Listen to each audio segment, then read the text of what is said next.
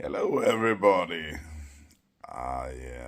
It's morning, and I'm sitting here and drinking my morning coffee and think about what to cook today. And I have a holiday, so I have a lot of time. It's raining outside, and maybe some autumn dish, and I'm thinking about stuffed cabbage rolls, Swedish cabbage rolls, called kåldolmar on Swedish.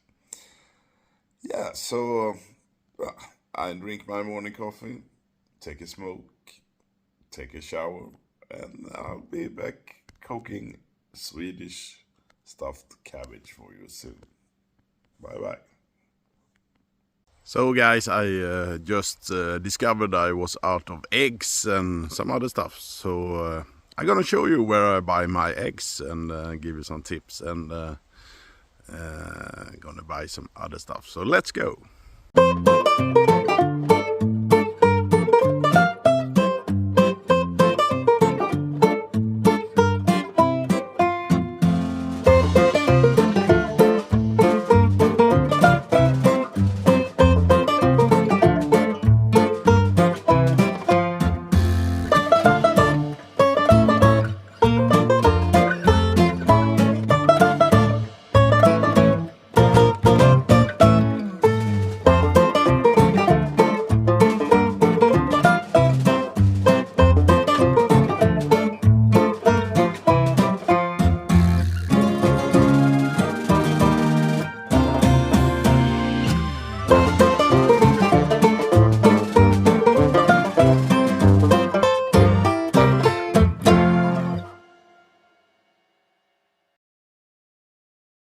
So there you got a nice movie of the Swedish countryside, the south part of Sweden anyway, in rain.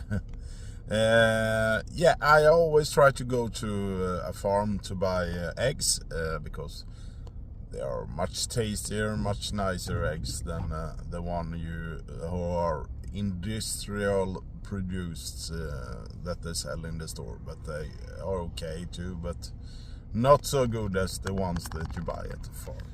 So now I am Omotus, and I'm gonna buy some eggs at this farm here, where the chickens are out running free. So let's go and see what we have. I've called this guy and told him I want 3 pair of eggs.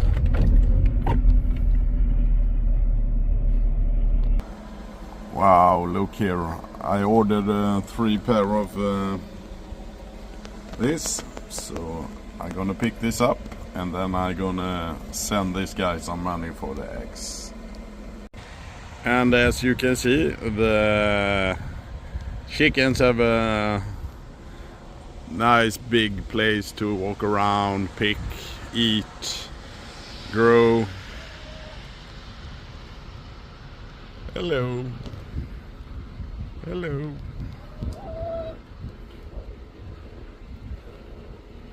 They're a little bit suspicious because they don't know me, of course. He looks angry.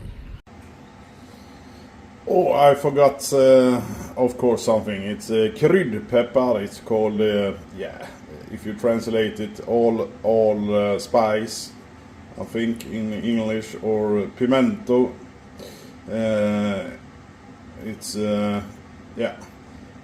If you directly translate from Swedish to English, it's spice pepper, they call it. It's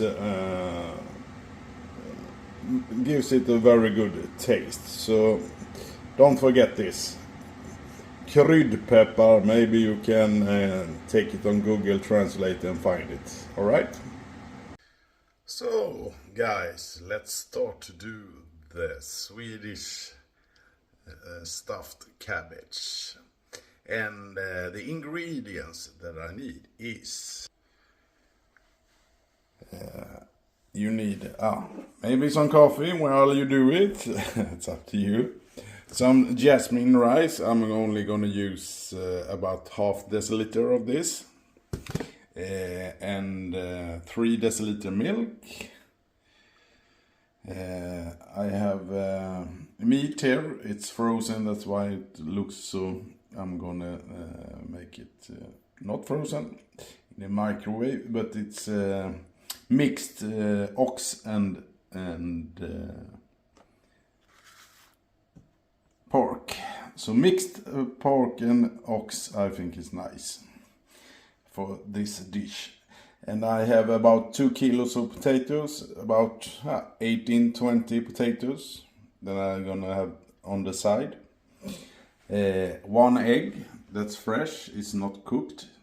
I have some syrup that's light, sirap on Swedish, as you see, syrup. I have some cream. I'm gonna have some cream to the cabbage, but most of it I'm gonna use to make a sauce, brown sauce on the side. Some butter, and I always have this Swedish lingonberry, lingonberry. This is not a jam, this is a roasted lingonberry with sugar, you can say. And I always like some pickled crispy cucumber, and I'm gonna use some of the sauce in here, the fermentizer, to put in the meat too, so it gives it a nice flavor. And of course a white cabbage, a fresh one, 1 big onion or 2 small as I have, 1 carrot. This is very big, so I'm maybe gonna use half of it or so. Some soya, and we're gonna use black pepper, salt, and some white pepper. All right, guys, let's go. And I'm gonna start with boiling the cabbage so it gets soft, so you can make the packages where you put the meat in. So some water only, and I'm gonna boil it until it's soft. You can feel it with a fork or something later on, but I'm gonna show you, of course. So put this, have a big pan to put it in. I fill it with water, on with the lid, because to save some energy, and put it on the oven and cook it. I don't know if I forgot to mention that you need some broth. You call this in English broth, a meat broth. It's köttbuljung in Swedish, but everybody who has cooked sometime probably know what it is. But I'm gonna make, while the cabbage is getting soft and cooked, I'm gonna make 2 deciliters with this, and I only take 1. So I take a small pan, put about 2 deciliters of water, just fresh water in the pan, like this. And I take 1 broth, this, put it in, and I'm gonna put it on the oven and make it, the broth melt in it. And actually this is nice, so I put it on maximum, and I just gonna mix it so it melts in the water. All right, and while I'm waiting for the cabbage to cook, I'm gonna cook the rice too, because I'm gonna mix it with the meat later on. So I take about half this deciliter of rice, jasmine rice, put it in this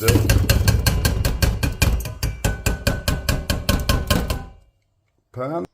And the rice I'm gonna cook in 3 deciliters of milk. So be careful when you cook this. Have a low temperature when it cooks, because it easy burns. can put this in, and I'm gonna put the lid on, and I'm gonna cook it until the rice is ready. As you can see, the broth is goes rather quickly, and don't cook it too much. Just make the broth melt in the water like this. And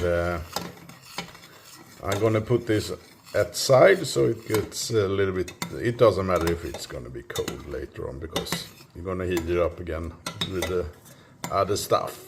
All right. And here I have the rice with the milk.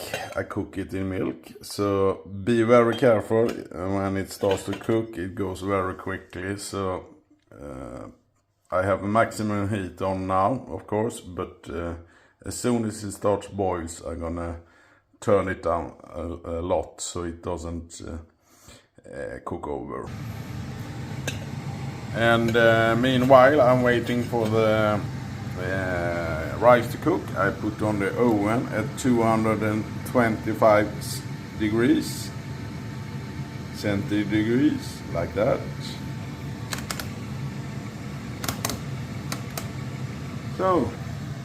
So I like to be effective, and while I'm cooking the cabbage, cooking the rice, I'm gonna peel the potatoes and put them in some salty water in this, and so they're ready to cook. I know in many countries they don't have this. This is a peeler, and I know IKEA is everywhere in the world, so you can find this at IKEA actually, and it's a very smooth way to peel off vegetables and things if you want to take the shell off. Otherwise, I know in many countries they boil the potatoes and they take it with a knife, take off it when it's boiled. But I think this is easier. Yeah. So try this if you don't have it in your country. Oh, the rice is boiling well, so on a very low temperature. So keep it on the low. I only have it on half, between half and one on the oven, so with the lid on. So I put on some salt. Don't be shy. It's not exactly. I like it a little bit salty like that. Put on some lid. So it's water, salt, and potatoes, and I'm gonna wait with this until I put the cabbage in the oven later, but I prepare it so it's ready. There are actually a very good tip if you have made a dish a little bit too salty, a stew or something. Put the potato in and it's gonna suck up the salt, so it takes away a little bit of the saltiness if you made it too salty. All right. So meanwhile I was waiting, I was doing this too. I took off, fixed the carrot. You see I took away a little bit because it was too big. Take off the shell of the onion. So I have cooked the rice. I've tasted the rice. It was ready before because this was a little bit quicker rice than the normal. So I'm gonna pour off the milk. That's too much because I want it al dente, of course. So I just do like this, and I put it back and I put it away on the side. Now the cabbage is boiling and I'm just waiting to soften up. You can see the layer has gone soft, but I want it to be soft deeper in, so I have to wait a little bit. All right. And so this is something that I'm gonna use later on too, and I'm gonna take some butter and just butter in so it don't stick the food I'm gonna put in. And I have to use my both hands, of course, so I'm gonna close off. But now you just pull the butter over it so it it gets like this, all right? So now it's ready. As you see, I have butter all over it, so I just can put my stuff in what I need later on. Okay, so I'm gonna check the cabbage. You can see it's more and more soft. Maybe it's ready soon. I'm gonna check whether it's most thick, and it's in the bottom, of course, here. Maybe a little more in the bottom only. I don't want it to get too soft, of course, but 1 more minute. So now the cabbage is ready, I think. So I pour out the hot water. I needed 2 hands for that, of course, and I'm putting on some cold water because I want it to chill down, because I'm going to work with it. And some cold water on it if you have, or otherwise just leave it in the air so it cools off. But I think this is going faster if I pour on some cold water. And I'm gonna let it be really cold. So, and I'm just gonna leave it there. So I put my egg in with the meat, and I'm gonna put some salt in it, just maybe a teaspoon. So, and I'm gonna mix this. So I mixed in the eggs, and now I'm gonna put in the rice. And I was stupid who poured out the milk before, but I take 1 deciliter of milk and just pour it in there like that. I'm gonna take the rice.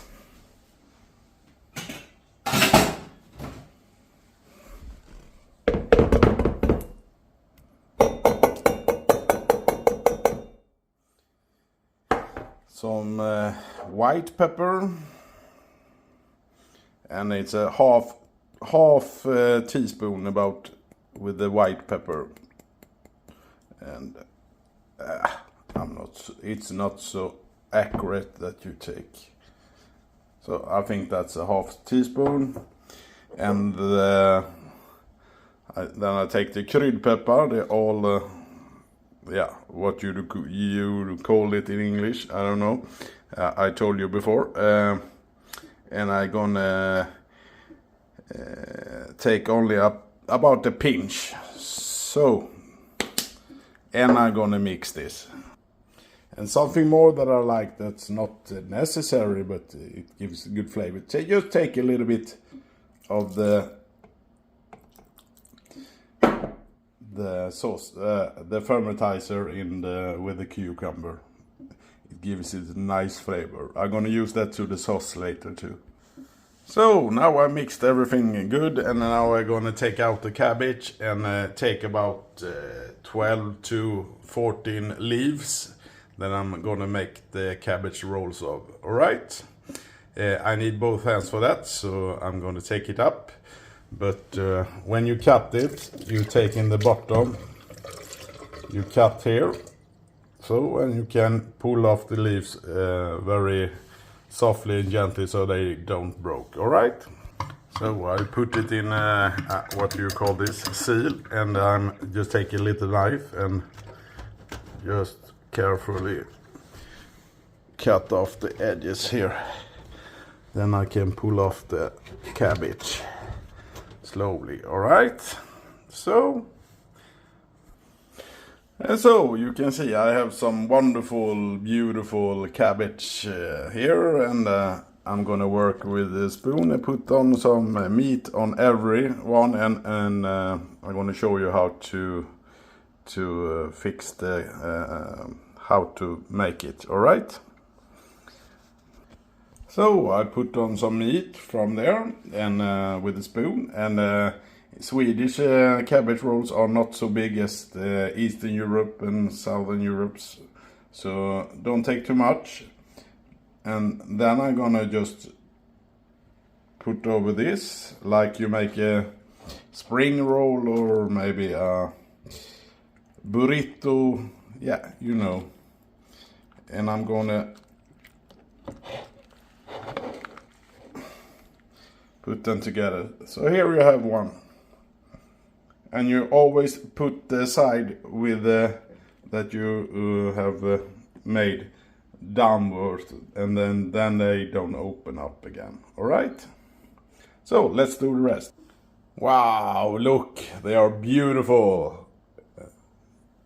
And already looks a little bit tasty. But now I'm gonna take them and fry them in a pan with some butter. And of course I put the same side downwards in the pan so they don't open up. All right, so let's start the pan. And I'm using a lot of butter because this is gonna be the foundation of the sauce later on too. So I put it like this, melt the butter, and then I'm gonna fry the dolms, and when they already have a nice color, I'm gonna put them in here. I melted the butter a little bit in the first pan for the sauce, but now I took a new pan and I'm gonna fry them in the new pan. I mixed it a little bit before. Sorry for that. I hope it's no problem for you. So now they are in the pan, and of course you can make smaller rolls if you want, and then you need more leaves. And yeah, I'm gonna fry them until they get some nice color. I'm gonna turn them around on both sides and then put them in the pan there. And meanwhile I'm doing this, I had chopped up the carrots and onion in small pieces, and I'm gonna use it for the sauce later on. All right. Oh look, it's starting to get some nice color, and these ones are perfect. When they look like this, they are ready to put in here. And so, ladies and gentlemen, I have fried cabbage. Looks wonderful, doesn't it? It is. This is one of the best Swedish dishes, I think. Sorry for the smoke, but now I'm gonna turn the heat on a little bit more on where I fried the cabbage, and I'm gonna pour in some water in this. I took about 2 deciliters of oil, and I'm gonna try to get up all the things that stick in the bottom and mix it together. So I'm sorry for that. So I'm taking away.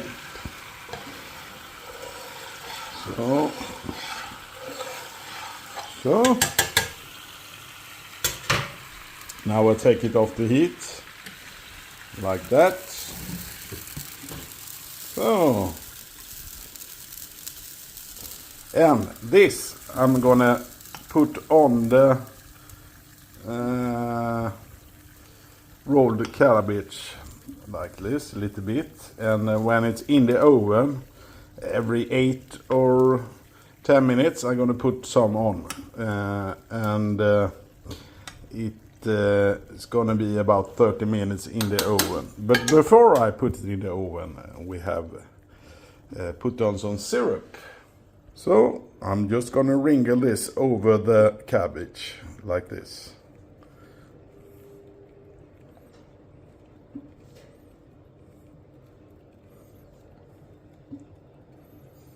Because there had to be some sweetness in this Swedish. So that's enough, I think. And if it gets too dark, too much color in the oven, you can just put on some foil to protect it. And, but it has to be 30 minutes in the oven, all right?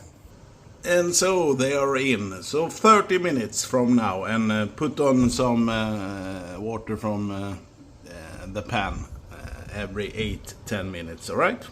So meanwhile it's in the oven, I'm gonna put on the potatoes, so it's gonna be ready at the same time.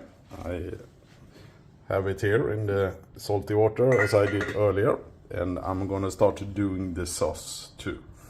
So I have a pan with a lot of butter. I like that. It's up to you what you like. And so I put in the onions and the carrots that I chopped up small thin, and I'm gonna fry this here. All right.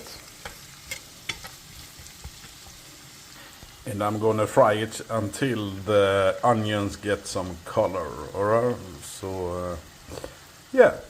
And meanwhile I'm stirring it like this so it don't get burned and it gets a nice color all around. Alright. And don't forget to put some of the water on the cabbage like this. Every 8 or 10 minutes it's up, so it's gonna be juicy and nice.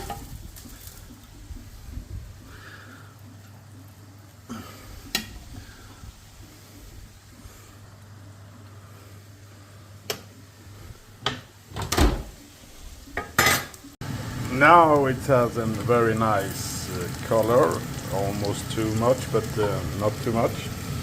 And now I'm gonna take the broth I made earlier, pour it in, and I'm gonna use this to mix it. Oh, mix it well, and then I put on some cream, of course. This is very, and I take about 3 deciliters or so. Yeah, you can't take too much. So, some cream. Mix it. And I'm gonna take a little bit. I'm gonna take a little bit of this fermentizer, because it's gonna give it a nice taste too. Just a little bit. Oh. And just mix it.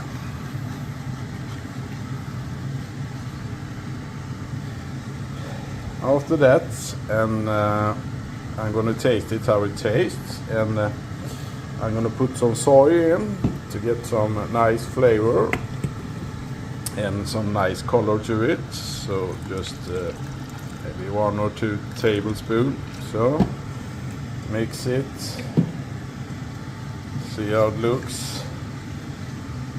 Perfect. It's gonna be a nice creamy sauce.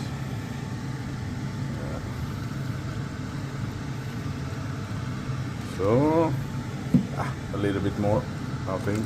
I want a little bit more. And it's important to take this first and the salt afterwards. You have to taste it because the soya is salt, so you don't take too much salt in it. So, and I'm gonna take some black pepper. I tasted it, and actually I don't think it needs so much salt because I took a little extra soya. But something that I balance it up with is some sugar, and it's gonna give it a wonderful taste too. So just 1 or 2 tablespoons. It's better to take little and mix it and try it if you like it. Don't take too much sugar, it's that's not good either. So just a little bit to lift the taste a little bit. And I'm gonna cook this until it's nice and thick. And you can of course use maizena if you know what that is. That's no taste, it's only a powder how to make it a little bit thicker. So now I'm gonna taste it.